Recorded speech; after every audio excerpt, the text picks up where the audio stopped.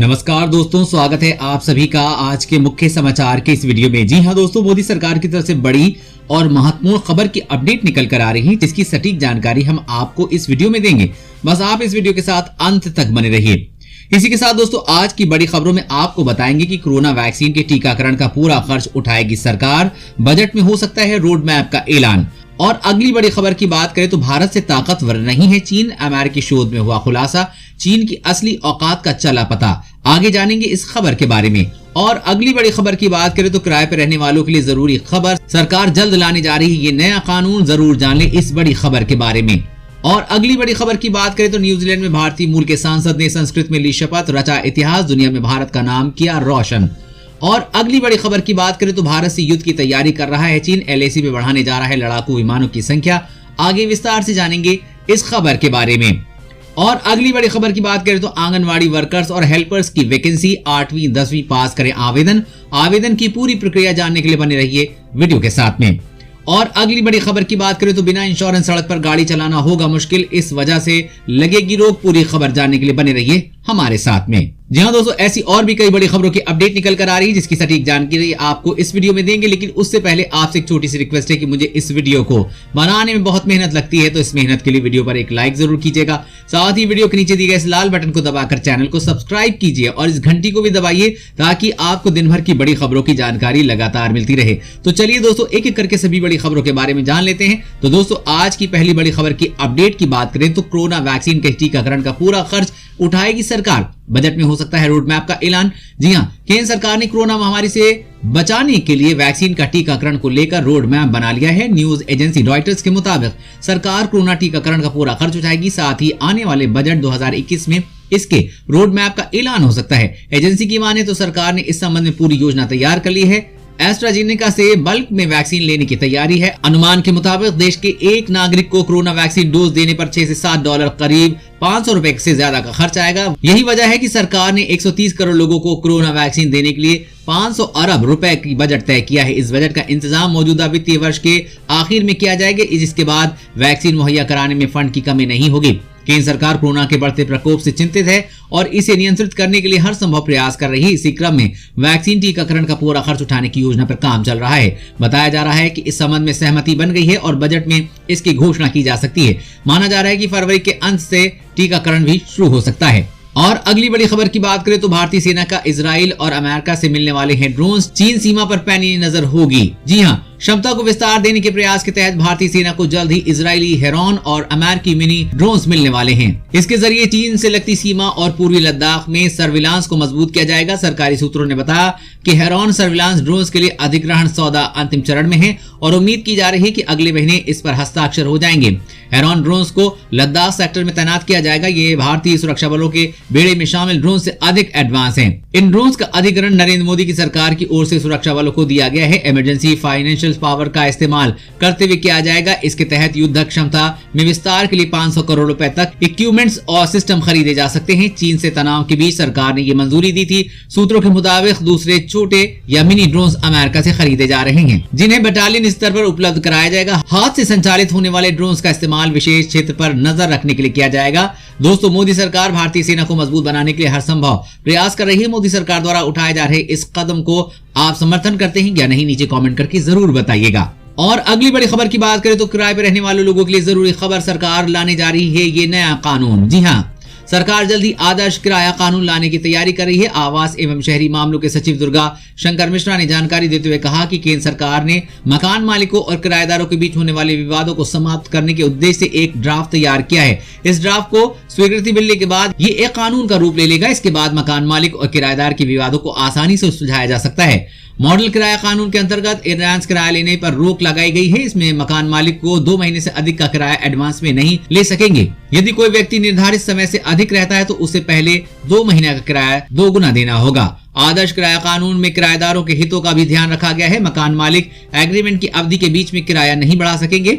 यदि मकान मालिक किराया बढ़ाना चाहते हैं तो उसे 3 महीने पहले नोटिस देना होगा। एग्रीमेंट की अवधि समाप्त होने के बाद मकान मालिक को सिक्योरिटी मनी वापस करनी होगी। यदि कोई विवाद होता है तो मकान मालिक किराएदार की बिजली और पानी आपूर्ति जैसी मूलभूत आवश्यकताओं को बंद नहीं कर सकता है। मोदी सरकार जल्द इस कानून को पूरे देश में लागू करेगी। और अगली बड़ी खबर की बात करें तो न्यूजीलैंड में भारतीय मूल के सांसद ने संस्कृत में ली शपथ, रचा इतिहास, दुनिया में भारत का नाम किया रोशन।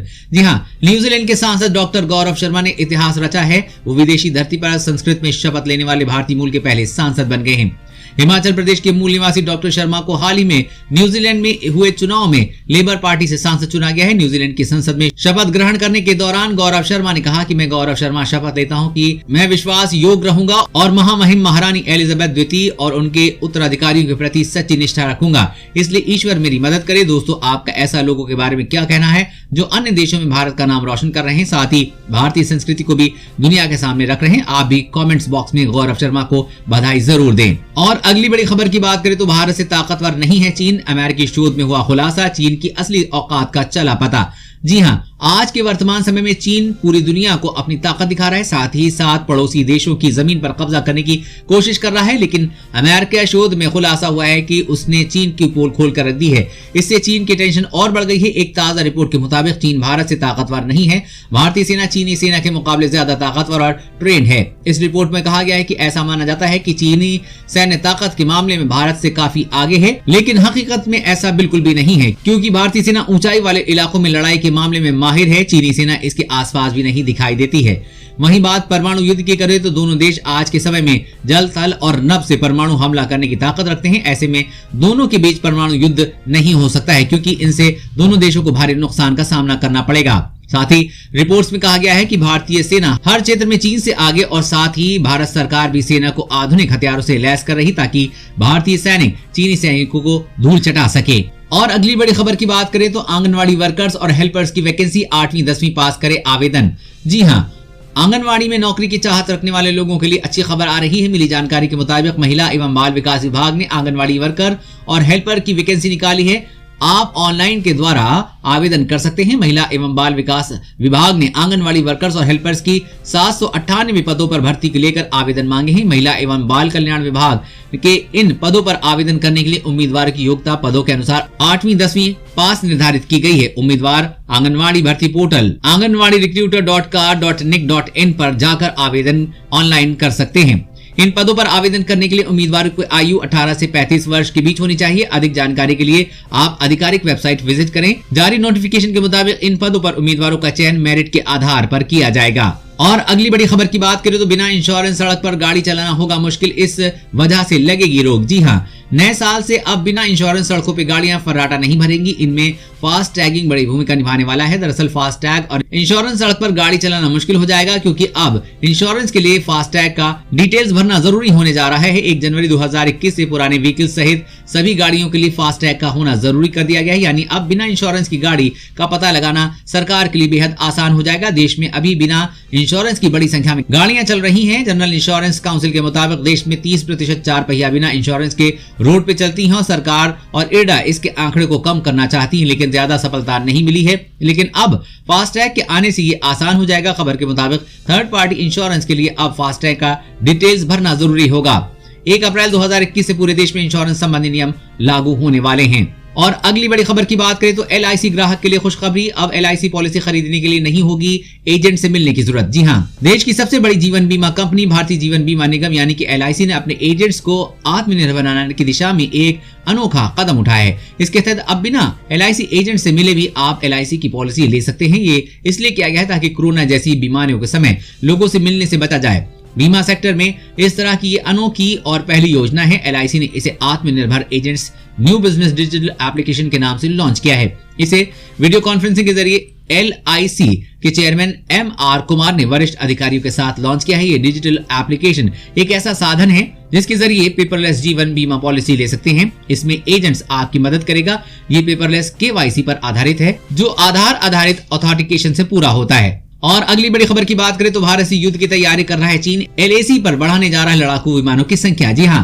भारत से तनाव के बीच चीन वास्तविक नियंत्रण रेखा पर लगातार अपनी ताकत को बढ़ाने में लगा हुआ है। चीन अब बॉर्डर पर और मल्टी रोल लड़ाकू विमान की तैनाती कर सकता है। पीपुल्स लिबरेशन आर्मी पश्चिमी थिएटर कमांड से देश के पश्चिमी क्षेत्र में J-16 लड़ाकू विमानों की तैनाती के लिए कहा गया है। एयरफोर्स से जुड़ी एक ब्रिगेड ने हाल ही में यूनिट की व्यापक लड़ाकू क्षमता की जांच करने और उसे बढ़ाने के लिए और टकराव से निपटने के लिए एयर टू एयर अभ्यास किया था। रिपोर्ट में कहा गया है कि जेट विमानों को देश के पश्चिमी क्षेत्रों में चीन की क्षेत्रीय अखंडता की बेहतर सुरक्षा के लिए कमीशन दिया जा रहा है। बता दें कि J-16 फाइटर जेट चीन द्वारा निर्मित तीसरी पीढ़ी का फाइटर जेट है। बता दें कि पूर्वी लद्दाख में तनाव को देखते हुए दोनों देश अपनी अपनी तरफ भारी संख्या में सेना की तैनाती कर चुके हैं। यहां तक कि लद्दाख में कपकपाती ठंड में भी भारतीय सेना के जवानों की तैनाती की गई है। भारत ने लद्दाख क्षेत्र में अपने नए खरीदे गए राफेल लड़ाकू विमानों की तैनाती की है ताकि चीन को मुंहतोड़ जवाब दिया जा सके। और अगली बड़ी खबर की बात करें तो एक देश एक चुनाव पर बोले मोदी, ये विचार विमर्श का मुद्दा नहीं बल्कि जरूरत है। जी हाँ, प्रधानमंत्री नरेंद्र मोदी ने गुरुवार को देशवासियों को संबोधित करते हुए और कानून एवं संविधान को लेकर अपने विचार साझा किए। उन्होंने एक देश एक चुनाव को भारत की जरूरत बताया है। उन्होंने कहा कि सिर्फ विचार विमर्श का मुद्दा नहीं है बल्कि देश की आवश्यकता भी है। ये विकास कार्यों में भी बाधा डालता है और आप भी सभी लोग ये बात जानते हैं कि हमें गंभीरता से इस पर सोचने की आवश्यकता है क्योंकि इससे समय और पैसा दोनों बर्बाद हो रहे हैं। इसके अलावा प्रधानमंत्री ने कानून को लेकर भी अपने विचार रखे हैं। उन्होंने कहा कि कानून की भाषा इतनी सरल और आसान होनी चाहिए कि आम से आम इंसान भी इसे आसानी से समझ सके। उन्होंने कहा कि संविधान हम भारतीयवासियों ने खुद को दिया है, तो ये सुनिश्चित करना होगा कि इसके तहत किए गए हर फैसले, हर कानून से एक आम आदमी सीधा संबंध महसूस करे। इसके अलावा समय के साथ जो कानून अपना महत्व खो चुके हैं उनको हटाने की भी प्रक्रिया आसान होनी चाहिए। पिछले सालों में कई कानूनों को हटाया गया है। साथ ही मोदी ने कहा कि अब देश को एक देश एक चुनाव की सबसे ज्यादा जरूरत है ताकि देश का विकास तेजी से हो सके। लेकिन अधिकांश विपक्षी दल राष्ट्रीय हितों को प्राथमिकता देने के स्थान पर शुद्ध राजनीतिक हितों को ध्यान में रखकर अपना दृष्टिकोण पेश करने में लगे हुए हैं। विपक्षी राजनीतिक दल सिर्फ अपने हित के लिए इसका विरोध करते हैं जो देश के भविष्य के लिए अच्छा नहीं है। वैसे दोस्तों, आपकी क्या राय है? देश में एक राष्ट्र एक चुनाव होना चाहिए या नहीं? नीचे कमेंट्स करके जरूर बताइएगा। दोस्तों, आज की खबरों में बस इतना ही। इसी तरह हर रोज काम की खबरें जानने के लिए आप हमेशा हमारे साथ जुड़े रहें। हमारे साथ जुड़े रहने के लिए वीडियो के नीचे दिए गए इस लाल बटन को दबाइए और साथ ही इस घंटी को भी दबाइए ताकि आपको हर खबर की सटीक जानकारी मिल सके। जय हिंद।